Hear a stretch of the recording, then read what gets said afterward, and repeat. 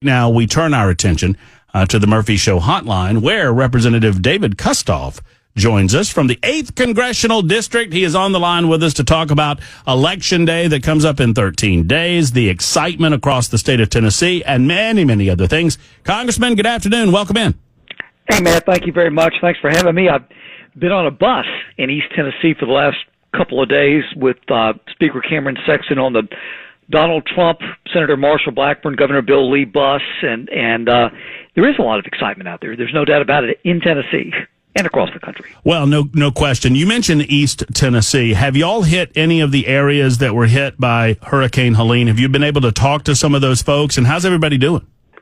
So Matt, we actually started in Knox County, and I think out of respect, we all know what's going on in East Tennessee and the damage that they've suffered and continue to suffer. Sure. So we started a little bit west of there. We started in Knox County. Makes sense, yeah. And we continue to monitor the entire congressional delegation, both senators rather, and all the congressmen continue to work with Governor Lee and the White House and the rest of the federal government to make sure that East Tennessee will have the resources that they will need. And as you know, and everybody listening knows, it's going to take a long time. It is just going to take a long time. Right. No question about it.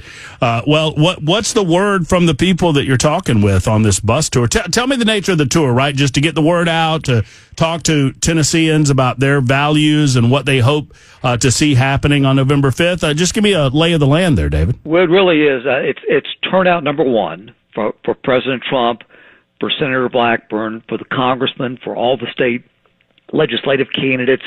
And it is important because when you look at the turnout now, we're actually, believe it or not, even with all the excitement in Tennessee, we're down early voting wise compared to where we were at this same point in 2020. We're ahead of where we were in 2016.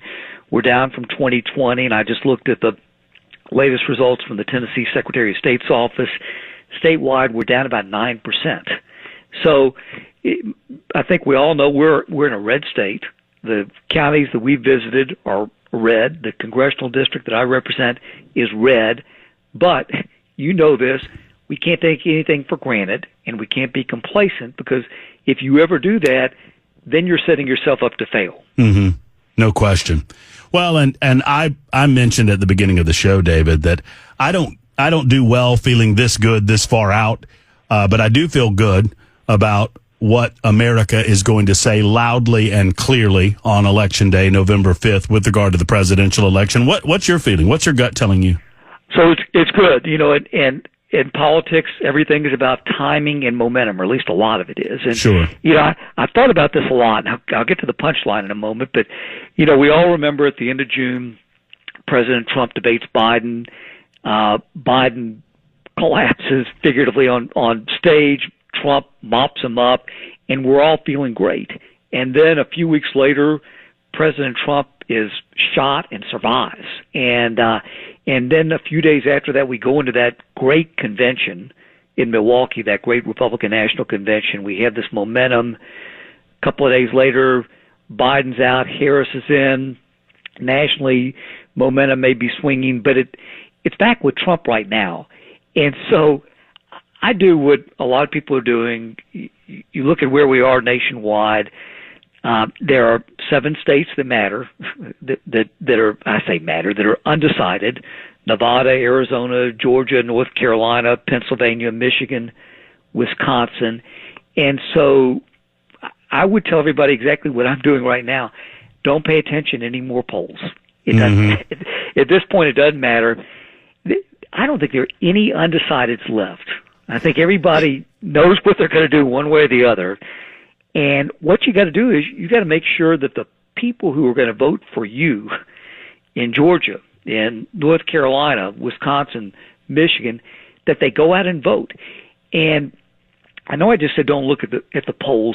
I will say that the Cook Political Report, which is supposed to be nonpartisan, what have you, they've taken 2 Senate races, Michigan and Pennsylvania, and they've moved them from lean Democrat to toss-up. And that tells you something about the top of the ticket.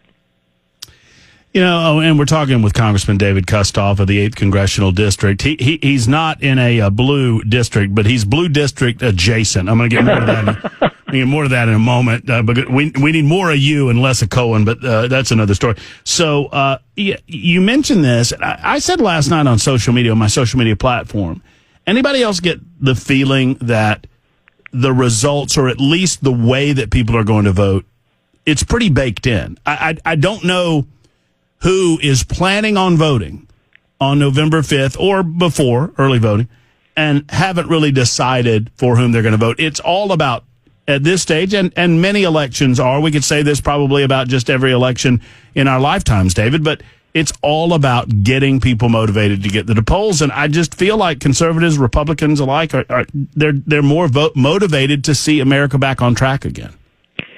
Well, that's why we cannot let our foot off the pedal. I mean, we just got to continue to do what we're doing.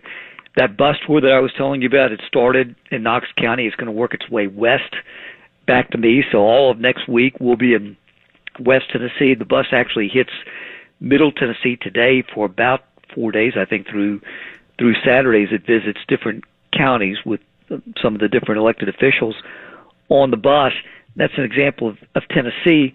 But to your point, if you take for fact, for lack of a better word, what I say about those 7 states, Nevada, Arizona, Georgia, North Carolina, Pennsylvania, Michigan, Wisconsin, that means that right now, if you accept that as fact, play along with me, Harris has 226 electoral votes, Trump has 219, it takes 270 to win.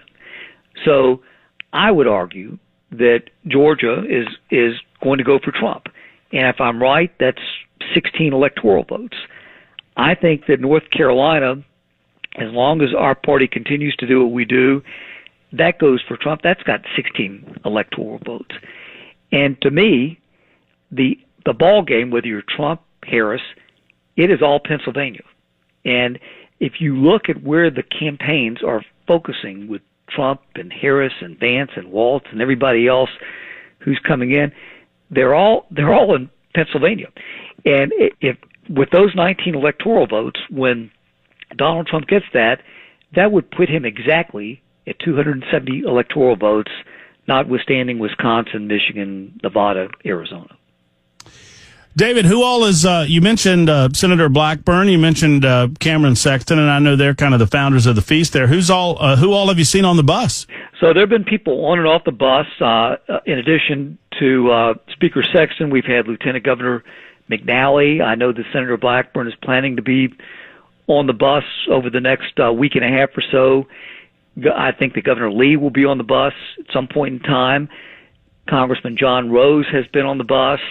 We've had a number of other state senators and state House members who have been on the bus, and I think that's really good. And what I didn't say was the crowds Monday and Tuesday at those early stops have been really good. Whether you're talking about 8 o'clock in the morning or 11 o'clock in the morning or 2 in the afternoon, and to me that's really encouraging. And to pull up like we did yesterday in Hamilton County. At Little Debbie Park, there's an early voting site, and people have been standing there waiting in line to vote for an hour. Oh, wow. No, that's great stuff. I just got a super text while we were talking, and I want you to respond to this, David, because I've made my feelings known about it. Look, I don't like the way we vote nowadays. I mean, if I were king of the world, I would change our voting policies, at least for presidential elections nationwide, maybe make it a 72-hour period. I would do different things, but I don't make the rules, right? And someone said, I don't want to vote early because I don't want people to know how the votes are going, because I don't want to give the other side a chance to cheat. I'm sure you've heard this before. A lot of conservatives like the way we used to do it, and I've seen progress in that regard. I think we need to progress. I think we need to embrace the voting rules as they exist in our state and in our country more so than we have in the past, in order to make sure that we don't lose votes because people aren't able to make it to the polls on Election Day or for whatever reason. Well, how do you respond if a constituent says to you, I don't like to vote early? Well, I think about a story that Governor Haslam told, that one of his elections when he had gone door knocking in Knoxville, and he met an elderly couple before the election, and then after the election he ran into the older woman, and she said, I just want you to know that Tom did pass away. And Bill Haslam says, well, I'm really sorry about that. And she responds, she says, well, it was okay. He got his vote in early before he died on election day. And I think about that. There are reasons that people want to go vote early for health reasons, because they don't want to stand in line on election day. And the fact of the matter is, every state has their own election rules. And I truly think that the federal government should not get involved with the state. They should vote however they want to. Sure. I will say that this is a little bit different from what you just said. I do have a problem, though, with a number of these states that report late and they continue to count votes after Election Day. Because I would say to whoever called in or texted in, I bet that they don't have any doubt that their vote is counted accurately in Tennessee. The people in my district don't. They know that their votes are going to be counted fairly. Our local election commissions do a good job. The Secretary of State does a good job. But, I read an article a couple of days ago that the Fox News election desk chief guessed that Fox News may not be able to call the presidential election until Saturday. And I think that's just wrong. I do too. Yes. Maybe there should be a rule or a law that says in federal races, presidential races, what have you, that all the votes need to be in by Election Day, 5 p.m. on Election Day, 7, whenever the polls close, and they need to be counted that day. That's a little bit different twist on what and I understand that we're a nation that is growing every day, every year, every election cycle, and I don't mean to be this guy, but David, I think you know where I'm going here. When I was a kid, we voted, they hand counted the votes, or they processed them in some fashion through machines, and we had the results at 11:30 that night. I mean, how hard is it? You're right. Right.